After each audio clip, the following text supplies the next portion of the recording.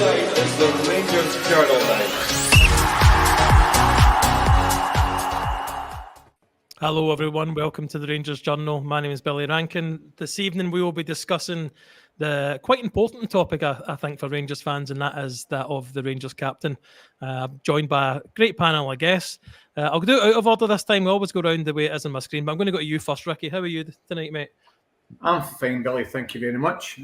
Looking forward to tonight and looking forward to seeing the game. Just noticed there the teams come out for down in Birmingham. It's a strange sort of a selection, but it's pre-season and it'll give some minutes to a lot of the players. But looking forward to tonight, guys, and good to see you. Thanks, Ricky. And Scott, I assume the Rangers captain's an important thing for you, so it's good for you to be on. Aye, of course it is, mate. Of course it is. I've got plenty to say on the Rangers captain, and the Rangers captain in the starting lineup tonight is James Tavernier, which is a big surprise to me. Well, wait to bury the lead there. I was waiting to see if Doug could get us a slide up in time, but give us a thumbs up if you're ready, Doug, with that. Not quite. Maybe you can't even hear us. Anyway, Not quite. Not quite, mate. Well, I'll just stay with yourself, Scott. Who's the Rangers captain you remember first of all when you first started following Rangers? Who was the captain then? That's a question, Billy. First ever Rangers captain when I started, probably Goff. Okay. It would be. Rangers captain that stands out. If you want me to skip ahead a bit. No. I'm going to do that at the end, mate. We'll do that at the end. Just to see the kind of timeline. And Ricky, I guess you're maybe a wee bit older than Scott. I remember my dad taking me when I was a young boy. John Gregg being the manager at Ibrox. That's how far I can. Yeah. As a young boy, mind you, Prison Road West, as they say going. But yeah, I remember all those days in the 70s going to the games. So was John Gregg the manager or the captain? Sorry, captain. He was a captain at the time. No worries. We'll touch on tonight's game at the end as well for our thoughts on that. And I also want to just mention that, Scotty, you've got a post-match tonight, don't you? What time's that at? 9:30? 9:30, 9:30, Billy. Please, anybody, if you're up after the game, join Scotty and the panel has got on. For me, the Rangers captain that I started with would technically be Terry Butcher, but not that I remember. I couldn't even say if I've seen him in the flesh, but he certainly was the one I remember. When watching the highlights on a Saturday or a Sunday on either Sports Scene or Scott Sport, wasn't it? But just with the Rangers support, Scott, why do you think that we particularly, and maybe it's just this country, why do we focus so much on who the captain is? Because it's your leader, it's your it's your in-ring general, so to speak. It's the manager on the football park. I know since I've grown up, since everybody here's grown up, a Rangers captain's been used to lifting trophies, and it's probably the most significant one to me with Barry Ferguson, because I've seen him drag a team over a line so many times. So that's why, to me, the captaincy is a major thing. I remember Paul Le Guen coming in briefly and kind of saying this leadership group, Pedro Caixinha done the same thing, but it's a culture at Rangers that's getting the armbands, the dream come true for any fan, any player that walks up the marble staircase. So that would be my answer, Billy. I think there's not enough importance on the captaincy at Ibrox. It's funny you touched on Paul Le Guen. That's who I was going to bring up, and I'll come back to you, Ricky, on this one, because when he came in and they had a very public kind of fallout with Barry Ferguson, he kind of made out that on the continent the role of the captain's really just a ceremonial thing for tossing the coin at the beginning and deciding what end you're going to go to. But I think for us, it's much more important than that. Yeah, no, definitely. You mentioned Barry Ferguson, whether it be Terry Butcher, Richard Goff, any of those captains in the kind of modern era. I think you need to be a leader on the pitch. We'll talk about that as we go through later on, but you need to be a leader on the pitch. But I also think you need to be a good communicator. You need to be able to communicate upstairs with the board. So if there's any issues within the pool of players or within the squad, you're the man that has the respect in the building to be able to take that problem and address it with the hierarchy to keep the balance right within the squad. You'd be the one that be organising the nights out, the get-togethers, bring you all together. It's such an important role, And if you get it right and you get that balance of unity and being part of a team, then you see that on the pitch. Everybody's fighting for each other, and a captain's pivotal in making sure you're all as one, 100%. Yeah. My job, especially at Ibrox. So we've not quite got the team ready yet, I don't think, Doug, but we can at least. We do. Okay. By all means, there we go. So tonight's team. Let's just go with the elephant in the room first of all. James Tavernier starts again, and he is back as captain. Doug, if you're ready to talk, how big a surprise is that for you? Well, first of all, he's not back because he's not left yet. So back in the team, I mean, mate. Just he's back in the team. Okay. I'll let you off. Yeah, I mean, it's kind of surprised. Obviously, we've not been seeing him because he's not been playing, and he's obviously had all the rumours with him potentially going. But I mean, he's not obviously gone yet, so I'm not necessarily surprised that he's playing. Obviously, he's still the club captain, so it makes sense that coming into the team, he takes the armband. I think it's more surprising just because I think most people had pretty much drawn the line that he was going. And maybe it's not, that's maybe not quite as complete as people thought. But I mean, the fact he comes in, obviously, and I've said it before, until a player leaves, they should be treated as if they're staying. There's no point in having a player around that's unfit, that can't start the season, particularly one who can potentially be effective as well. So the fact that he's coming in makes sense to get him fit if he potentially is going to be around for the start of competitive games. I mean, with no point in kind of beating around the bush, Scotty, he was expected to leave this transfer window, I think, by most people. There's been a lot of news the last couple of weeks that he's linked to Trabzonspor and also the Saudi clubs. If it turns out that we're all wrong about this and are second guessing, does James Tavernier stay as captain next season for you? Yes, 100%. I don't think that Clement will change it. I would like him to change it because I think we need a fresh approach within the team, within the club. I think the culture needs changed. I don't think James Tavernier's been a bad captain individually.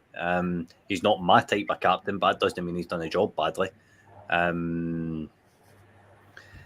think if we were all asked out the leadership group that was there last season with Lundstrom, Goldson, Jack, Barisic, all these players that had kind of stuck around a year too long, if we wanted one person to stay, it would probably have been Tav. I do think his time's up. If he's sold, I'm not going to be too gutted to see him go.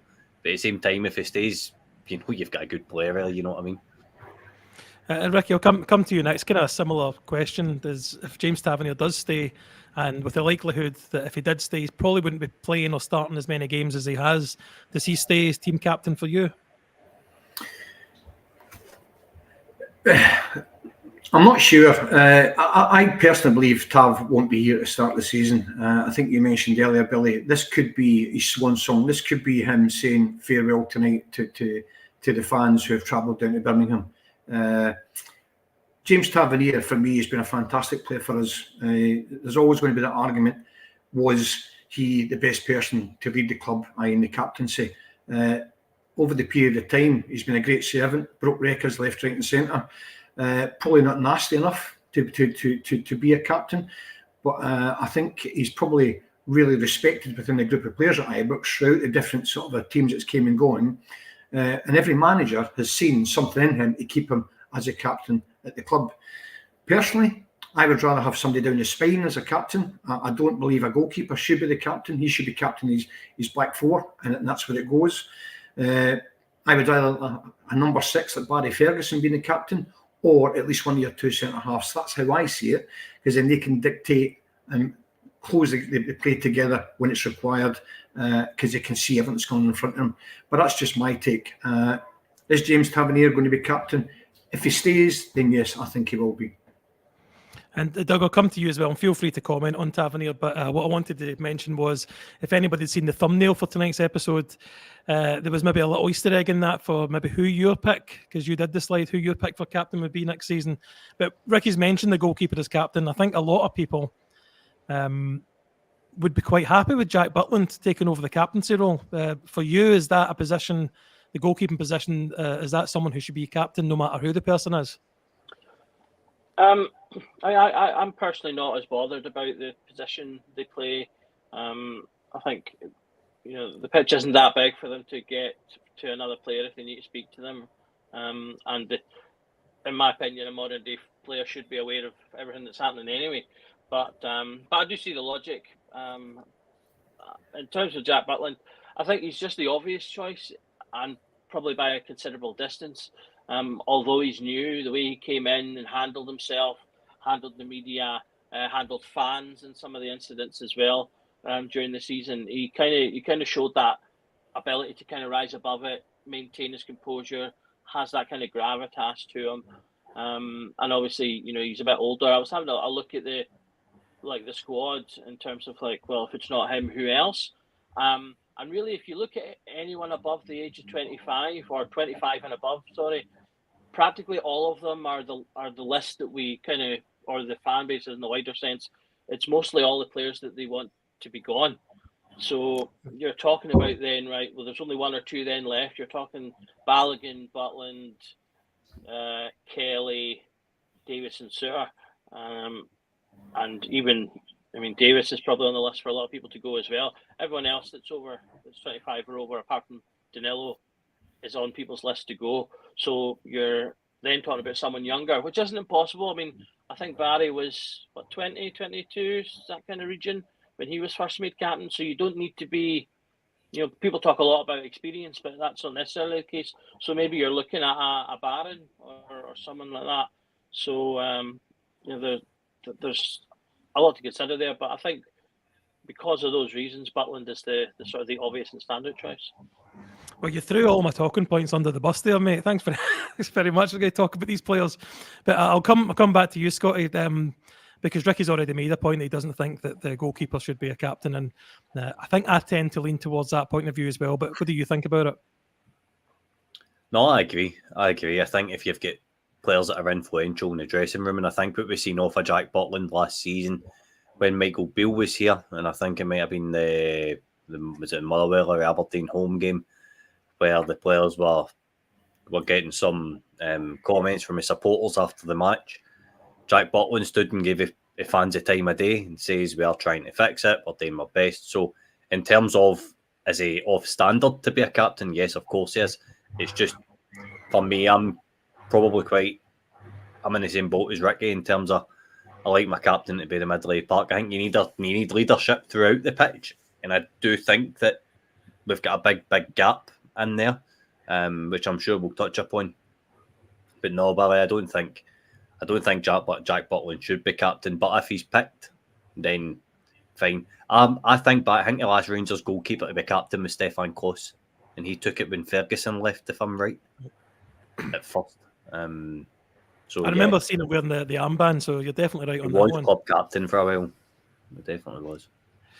Well, Ricky, you've given your point on the goalkeeping being the captain not to be your liking, but we'll go through a couple of players in the team, and I think we could probably take out a few players before we start that probably aren't going to be the captain, and I'll leave a few in that I'll not mention a few, because it's going to be a little bit of a wild card with one or two of them, but you're probably not going to make Ben Davies your captain. You're probably not going to make Leon Balogun a captain purely because he probably won't play enough games to warrant having the armband full time. Looking into the midfield, it's a young midfield, but I'll come back to that. And going up front, well, yeah, we probably aren't going to be likely to make Danilo, or if Dessers stays, Dessers the captain, are we? But looking at the centre backs, I asked Doug to put in the picture John Suter, because that's someone that he's experienced enough, and it's something that maybe could, and he's going to probably play a lot of games, and it's maybe something he could take him on to the next kind of level as a Rangers player. What do you make of that suggestion? Well, out of the centre halves, and I like the centre halves, I've already mentioned, to be the skipper. Out of the obvious choices we have, John Suter would be my skipper, but I don't think John Suter will play enough games. I think if Golson's going to go, Golson will be replaced by a first team player, a starter. So it could well be that individual who's going to come in to replace Golson may well be the skipper. We don't know who that person's going to be. it could well be this. Jordan comes in from Italy, a lot of experience, middle of the park. He could be an ideal candidate to be that skipper. The same as I've mentioned before in a previous pod, Rino Gattuso would have been ideal captain because he would have just driven every day just with that sort of energy that he had on the football pitch. But the one obvious person for me at the moment who probably would play, and I'd like to see him playing more central, is Sterling. And probably for me, if I was going to pick somebody now, Suter ain't going to play every single game. Whereas I think Sterling, as long as he's fit, there's a reason why he can't be, probably would be my man to be the Rangers skipper going forward if Tav does leave us.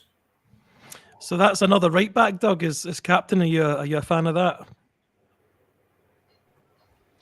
Yeah, I mean, like I say, I'm not too fussed about the position per se. I'm just having a look at the list right now of the last, I don't know, this is maybe about 17 or so captains, and it does actually fit in a lot with what Billy's saying. So we've had, this is, I say, roughly 17 or so the last. That includes Barry Ferguson being 3 times, but so you've had a centre back has done it 7 times, centre mid twice, a left back, a right back, goalkeeper, which was Kloss, who actually came in. It was Barry Ferguson, then he went to Craig Moore, and then Stephen Kloss for a year. And one striker, who was a striker? Oh, sorry, Brian Laudrup was captain for a short period. So winger. And then I don't know whether you class it as centre back or forward, but obviously Lee McCulloch was captain, so he kind of obviously played both, covered the entire pitch on his own. But you can see there's a heavy bias towards the centre of the pitch there, which, as I say, that kind of fits in with what Ricky was saying, and a lot of centre backs. So, you know, that could be a favourable one there. Like you say, I agree with Ricky. If they bring in a starting centre back, that could be a good choice. The only obviously thing they would have going against them would be that they're just in the door, and I think ideally you want someone that's been there for at least a short period of time, which again, as I say, puts that towards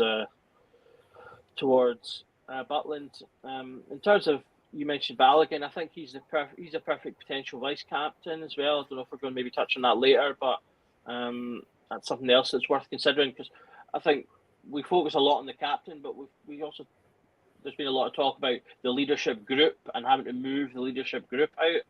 And I think one thing, you know, if Tavernier does stay, I think he'll remain as captain, but I don't think that's the sort of the death knell that a lot really feel it is, because the entire leadership group below him will probably have gone if he's, like I say, I think he's the only one potentially likely to stay. The entire group below him will have gone, everyone that was in his sort of leadership group, if you like.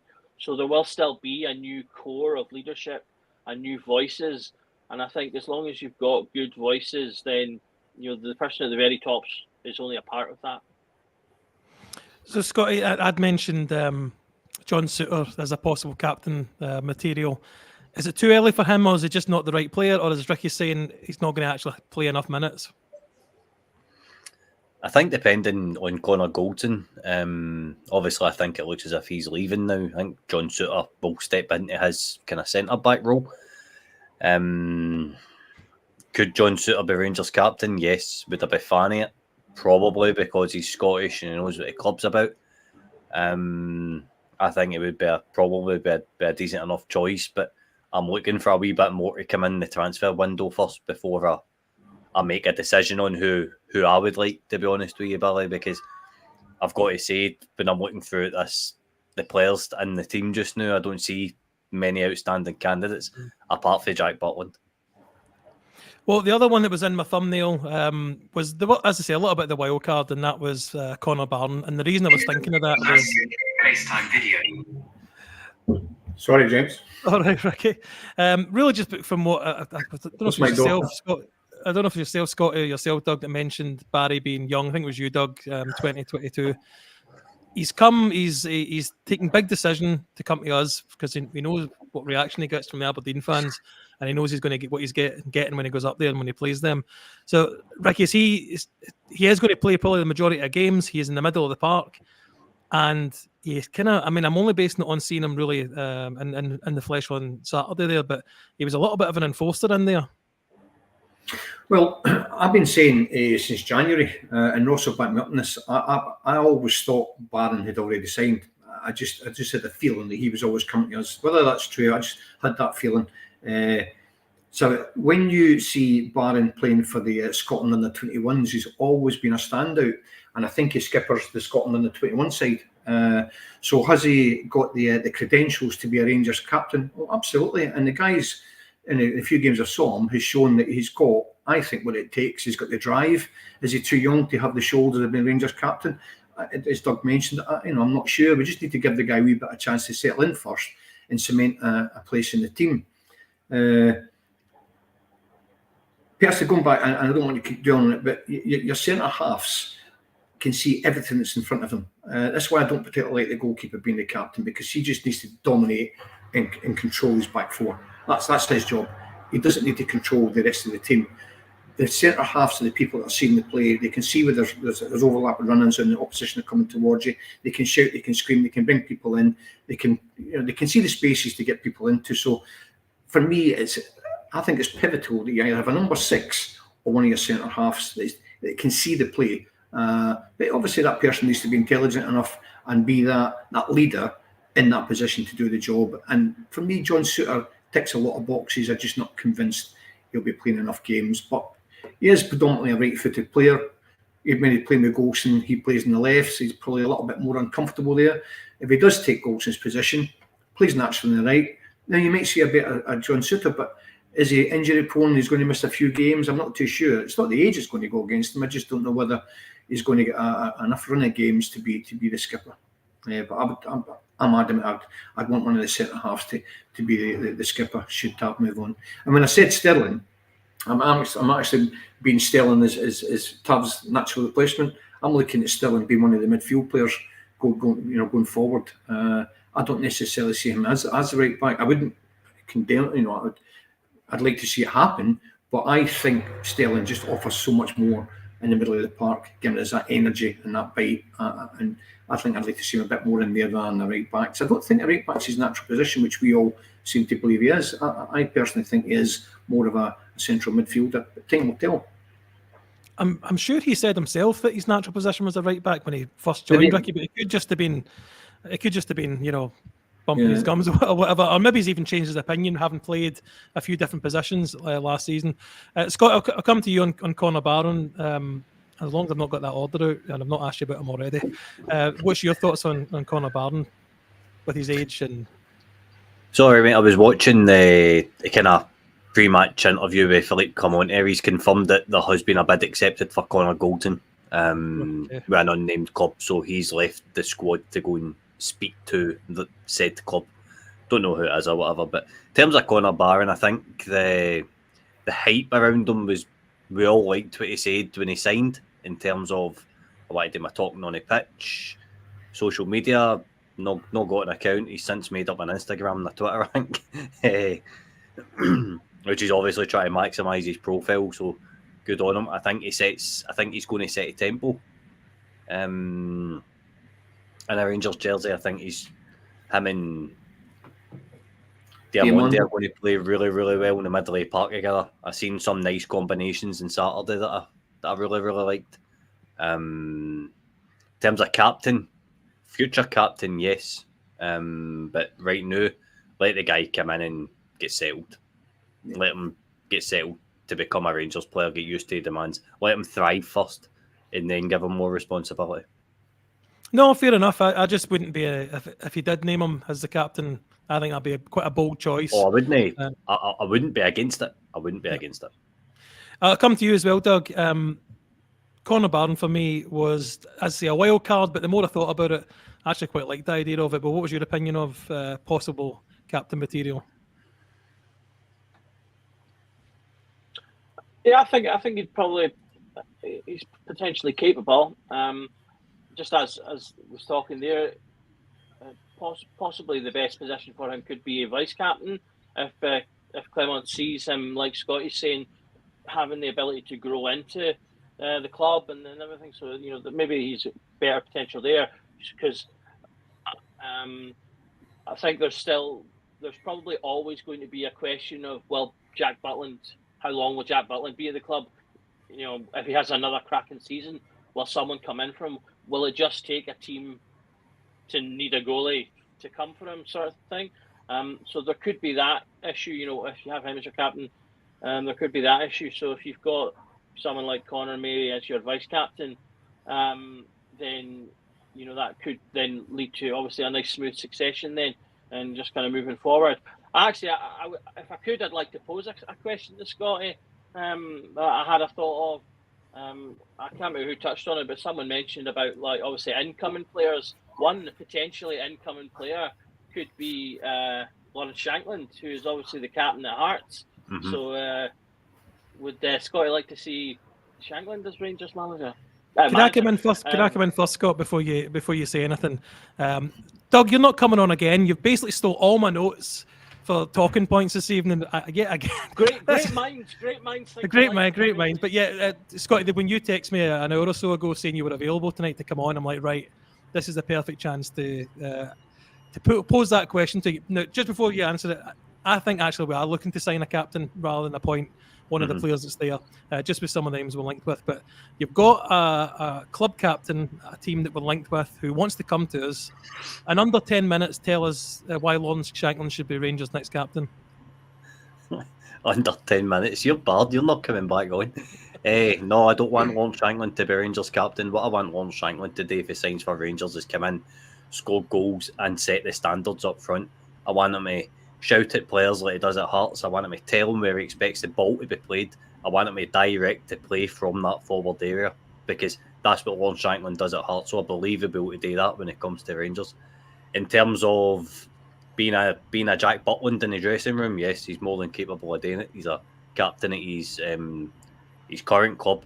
Liam Kelly's a former captain at his former club. That's another influential figure, but because Liam Kelly's signed doesn't mean I want him to come in and be captain. You know what I mean? It's two completely different scenarios. Everybody knows that I've been banging a Lawrence Shankland drum since January. I think there's more than a pressing need for it, more than a pressing need for up front, considering the performance of our current number 9 on Saturday, which I won't get into. No, Billy, I really don't think that Shankland could come in and be signed as a Rangers captain. I think that would be me banging the drum a wee bit too much. The drum would bust if I started banging that, I think. Do you agree with me that you think we could be actually looking for a captain and one of the players we're signing, though? Depends what happens with Tavernier. Tavernier's starting tonight. I don't think anybody's seen that coming tonight. If Tavernier stays, Tavernier's the captain, I think. I think Clement needs to change it, but that's just my opinion.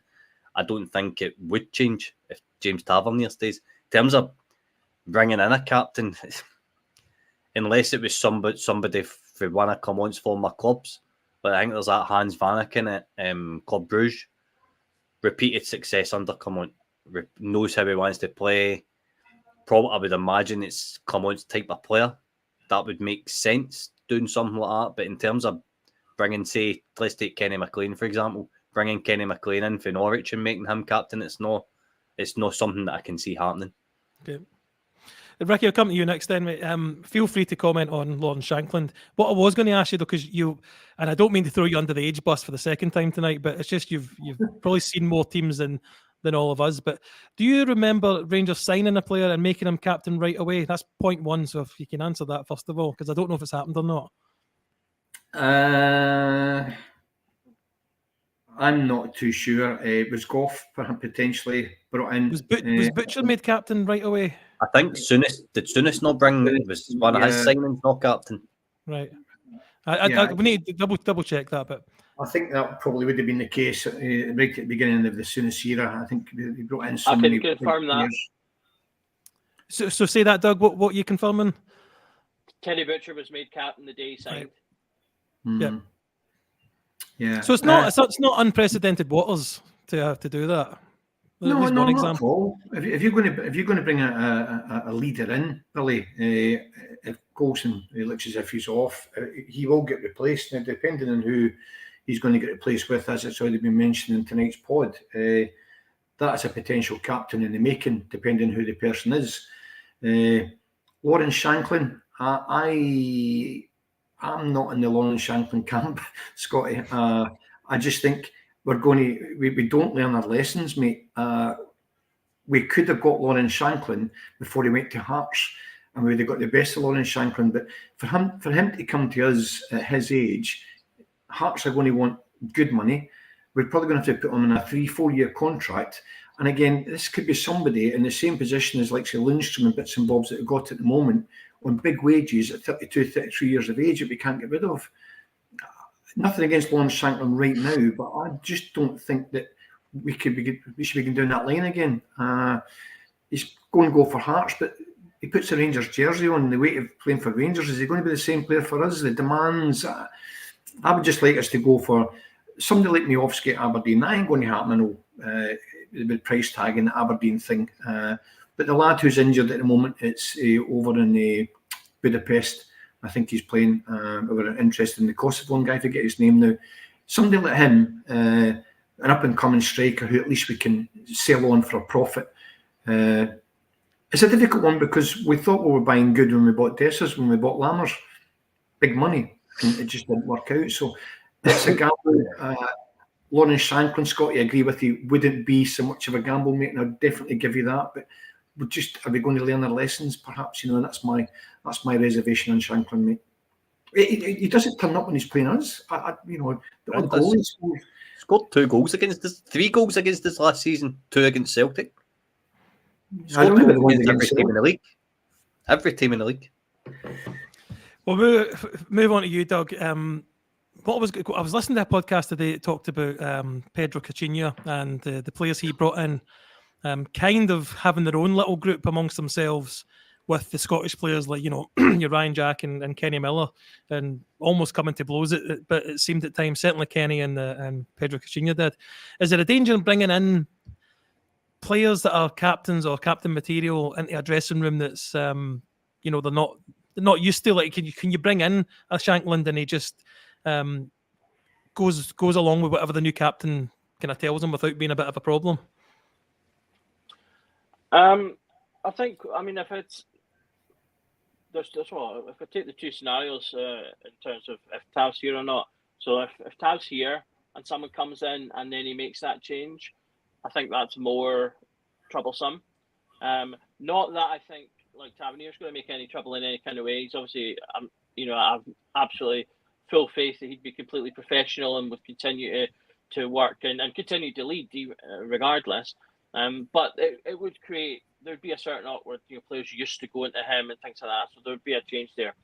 If he's not there though, and you've got a natural transition, then I think it's fine, particularly in the circumstance that we're in, where he has rebuilt the squad to such, or is rebuilding the squad to such a big degree. The entire dressing room dynamic is going to be different this year. As I say, we've gotten rid of a huge amount of experience. We're likely to be getting rid of more if Goldson and Tavernier and potentially a few more go. It's a lot of the older experienced players that are leaving. So it's a lot of younger ones that will need direction. So I don't think that would necessarily be a problem.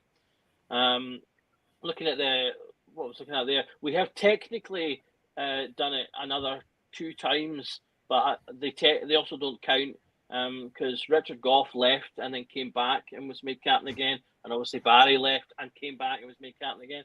So technically we've done it 2 other times, but obviously with people who've done it before. But in a way, you could argue that appointing Shanklin would be slightly similar because he's a fan. And Scotland, being Scottish and involved in the league, so he's kind of got a lot of the experience in that way. It's just the being in the dressing room and knowing the players part that he's missing. But I definitely think you could do it, and also if you're looking to shake up a team, which is something that I'm sure many would agree the current team needs, that would be one good way to do it. Bring in a brand new person, particularly if you bring someone in with a different style to what Tavernier has.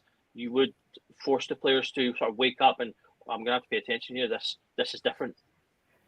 Did you happen to find out if Amoruso was made captain right away, or was that not the case? No, he was a year after he signed 97. He was appointed by Dick Advocat in 98. All right, no worries. Scotty, it would be a big responsibility on a player to come in and take over the role as captain. I listened to the pod last night at work. Last night's pod at work today, mate. I thought it was a really good episode. But you talked about, I would call him Joan Jordan, but you gave him his name a great pronunciation. How do you say it? Juan Jordan. Juan Jordan. That's what a Spanish journalist says anyway. Whether it's right or wrong, I don't know. I don't know much about him, but from what you know, is he captain material? I think he's captained Spain. Not Spain. Listen to me talking nonsense. Sevilla, in plenty of occasions, isn't he? That's maybe one for Doug to dig up for me to see. It's just because I've seen a picture of him wearing the armband, and I know he has done it. Personally, I remember watching Rangers Review maybe about a month ago now, and Joshua Barry brought up maybe Diamondi getting the captain's armband. Now, that's not something. At first, I was a wee bit like, no, he only signed in January, but he's clearly our best player. In terms of setting, he's not my type of captain, but he could set a tempo. He's in the middle of the park. He's probably the main man that we're building the side around just now, Willie. What would your take be on Diamondi? I think I see what you were saying about Connor Barron, about just letting him flourish first. That I can see what you now that you mentioned Diamandi, because I didn't say he wasn't one of the material, like captain material, but I never included him in the kind of conversation either. But yeah, I think that's like, is he too young to take on that role? But I say it could be the making of him as well. It could go on and be like an absolute beast. So I could see it both ways. But I think I get that feeling of being it's hard to tell because you don't know the character of the player and the dressing room and then about the building. You know what I mean? You don't know who the natural leader is. He doesn't. I mean, the way I guess because I've grown up with the captains I've seen, Connor Barnes suits that role, that mould more for me. The diving into things. That's why John Suter as well. And I'm not even talking about John Suter playing for us. John Suter in the Hearts Cup final, where he was diving in front of everything for Hearts, and every shot at goal, his face seemed to be blocking them. That's the kind of captain I like, but it's maybe not the captain of the modern day football, and maybe we should be looking at a more technical player having the captain's armband. Ricky, is there any other players that you had been thinking about yourself that were looking to sign, or even players that are there that have not mentioned that you think could take over the role as captain next season if James Tavernier was to leave? Well, I've already mentioned the guy Jordan coming in from Italy. Should he arrive in?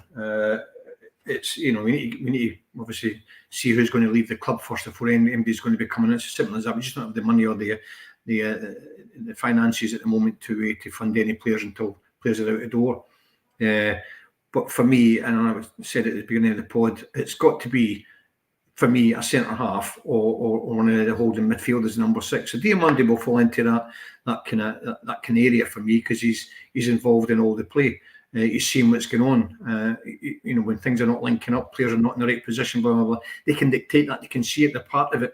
Let's just go back to the goalkeeper again. The goalkeeper doesn't get a feel for that, where your centre halves do, and your holding midfielder does, because they're linking the whole play up.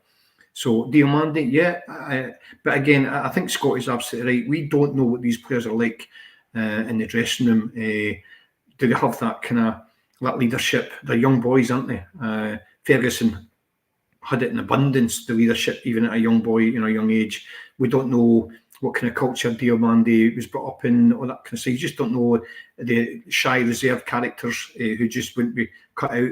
A lot of people, if they were captains, you would maybe take away 10-15% of the potential play because they're that worried about what's going on in the pitch. They can't concentrate on their own performance. So that all needs to be taken into consideration as well. For me, at this moment in time, I stick by my guns. One of the two centre halves or the holding midfielder, whoever that may be. The best of the three for me. Fair enough. And Doug, Diamandi for you, is that a possibility, or you not like that idea? It's a possibility. To be honest, I haven't really thought about him that much. I mean, ultimately, at the end of the day, I'll put my faith in whoever the manager chooses, because it's the manager that sees the players day in, day out. And another thing that's important to remember is that the captain's the captain off the pitch as well as on the pitch. So he's work to do in the dressing room and things like that. And I get the impression that a lot more of Tav's work potentially occurs within training and things. Because there's been multiple interviews over the years where players have mentioned Tavernier speaking to them. Because the one that always stands out to me was Todd Cantwell, because he just scored. He'd either scored once or twice, and then it was just before he went on that scoring run after he'd signed. And he mentioned like Tav had been speaking to him, saying, "Look, you need to get yourself further up. It's fine that you're involved in the play at the start, but you need to get further up and be involved at the play in the end as well." And that was what he was attributing to him getting those goals then. And then he went off and scored, as I say, went off on that scoring run. And that's an example of exactly what Ricky's saying. The captain seeing what's happening on the pitch and picking out something and then giving his 2 cents alongside the management. And so the manager will pick, I think, the person that's got the temperament and the head to do that. And I think the qualities have to be more important than the position.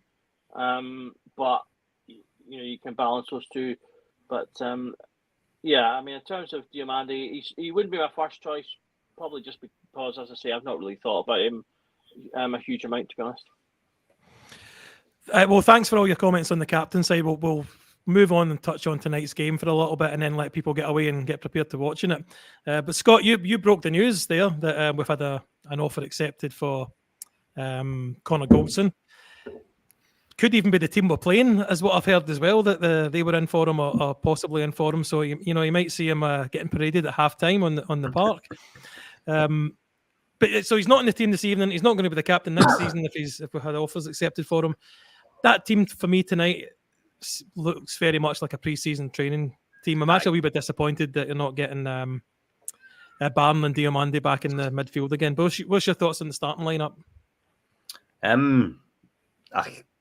Like you said, Billy, it's a pre-season friendly. This is, I think, something else the manager had says in his pre-match presser was quite a lot of players have been left in Glasgow and they were put through kind of rigorous training sessions yesterday and today. So they'll be playing on Saturday against Union Berlin. I've noticed Bailey Rice is on the bench. Really, I'm quite excited about that. Archie Stevens is there as well. Obviously Connor Barron's there, Budinakis, Leon King, Alfie Devine, Finlay Curtis, Connor Allen, and Seal as well. So I think we'll see quite a lot of youth tonight, and it's not something we've really seen much of. So it's a refreshing lineup for me, blended with a good bit of experience. And I think Balogun and Tav are probably the 2 oldest players potentially on the pitch. Birmingham have got quite a young side as well. Delighted to see Alex Lowry's getting a goal, hopefully in that number 10 role. This is his chance tonight to go and really be the main man and make an impression. And it's obviously going to be good to see Danilo getting a run out. Well, Ricky, the one that Scott didn't mention is Enciala. I'm quite happy that he's in the starting lineup.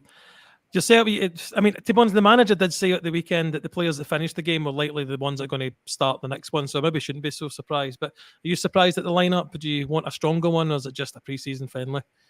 Nah, for me, I don't look too much into pre-season, Billy, at all. We've started pre-seasons really, really well, beating Chelsea a few years ago 2-0, and only had it doesn't really make much difference. It's minutes in the legs, and in Ciala, I'm really looking forward to seeing that lad. Came in from AC Milan, potentially one of our starting centre halves, depending on how he develops. Balogun's steady. We'd love to have had that guy 10 years ago. He'd been a mainstay in our team. Talking about captaincy, probably could have been that captain, no drama at all. He gets on really well with everything in the dressing room. And it's good to see McKinnon and Lowry playing. I echo what Scotty said, that I'd love for Lowry to just try and cement a place in that squad and try and fulfil all the potential that he's got. And he still has got it. For whatever reason, it just hasn't worked yet. Once season long with Hearts last year, it just was a sub most of the time, and I actually thought he'd have went there and been a starter for them. But so there's something not quite sort of clicking with Lowry with potential he's undoubtedly got. So I just hope that he can kick on and do a lot more this season for us and for his own sake as well. And Danilo, we haven't seen enough of him really. We've gone about Dessers, and I think we're all in the same camp with Dessers. you know, we like his effort and he's a nice guy, but he just lacks that clinical finishing touch that most of our strikers have had over the years.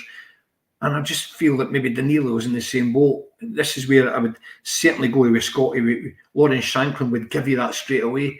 You know, I just with Shankland's age and the money it would cost, that's the only thing that I'm against Shankland. Not as a player, I just feel that we're maybe just not learned our lessons. But if Shankland comes in, then great. I'll be 100% behind him, and I know he'll do the job. But yeah, Danilo again. The jury's out, isn't it? And it's just all our attacking players that we just can't get right at the moment, and it's costing us a lot of money in wages, and we just need to try and sort that out, that area of the park. Doug, on Monday night, we discussed it, the formations a little bit at one point, and I think maybe it was me, maybe it was yourself, mentioned that I would like to not see this number 10 anymore. So we're going to get a big insight into the manager's thinking whether Lowry does play in that number 10 position tonight. Are you looking forward to seeing him, though? Yes, absolutely. I noticed we never talked about Dessers as captain. Is that just so Scotty wouldn't kill us all? Yes, I think I totally agree with what Scotty said. That I think this is a big night, not just for Lowry, but for McKinnon as well. I think we've got a good chance. As much as it pains me to, as much as it has been paining me to say, Scott Wright has been one of our more creative players in the last two games. He's not on the pitch to start this one, so those two have got a chance to come in and show the manager, look, you should be playing us instead of Scott Wright in these positions. We can take these positions in the sort of attacking areas, and I hope that they go and make a real fist of it. Same with Danilo, exactly what Ricky's saying. We've not seen enough of him. We want to see more, and I'm really excited by seeing Nsiala.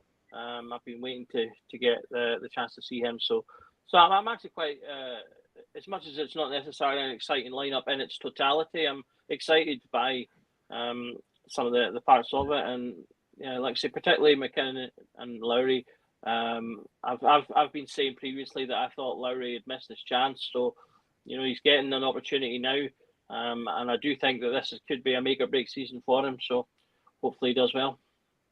Well, just to address your Dessers captain point, some of us are enjoying our new podcast career, so I wanted to continue as long as possible, and that would not be the case if I suggested Cyril Dessers to be captain, I think, this evening. So, Doug's isn't going to be going on much longer either, Billy. Say that again, mate? I said Doug's isn't going to be going on much longer either for that suggestion. Fair enough. Look, well, just it's nearly 10 minutes to kick off. Just to go around the horn with score predictions. It's a wee bit redundant. It's a friendly, but Scott, what's your score predictions this evening? I'm going to score draw, Billy. Just I think with the lineup and the money Birmingham have spent, I think it's just going to be a score draw. But I hope to see some decent football getting played, to be honest, mate. Ricky, Tom Brady's invested a lot of money in Birmingham City, so let's hope we can put him back in his box, eh? Yeah, but they did get relegated. They were going well under the guy who was linked to Rangers all those years ago before they sacked him and then brought in, what's his name? John Eustace. John Eustace, yeah. And then they get relegated. So I fully expect us to win tonight, even with that particular team. But there'll definitely be goals in it. But I think the game, as typically, all the subs will come on and the game will just fizzle away and pan out. These friendlies do. But I'm looking forward to see the energy in the start, especially for younger lads. And as Scotty said earlier on, really looking forward to seeing Bailey Rice on the pitch because he's one potential fantastic player for us. And Doug, you got a score prediction? Yeah, I'm going to say 2-1 to Rangers. Danilo will get the score sheet and we'll get a top corner Tav free kick to remind us what we'll be missing. I subscribe to that, but I'm going to go 3-1 to us. But that's just because I've seen Kyle mention that in the comments. Thanks very much, everyone, for watching. Scotty, thanks for coming on tonight, mate. I know it was last minute notice for you. No bother at all, mate. No bother at all. Good stuff. Ricky, thank you again for coming on. That's a pleasure. Thanks very much. And let's all hope for a good performance tonight. Exactly. And Doug, thank you very much for coming on again. And thanks for your work with the slides and stuff. No problem. Thank you. And if Scotty does kill me, no one sees me again, it was fun. Well, again, thank you everyone for watching. Please like and subscribe. Tell your friends about us. And remember, every night is a Rangers Journal night. So good night. I hope your team...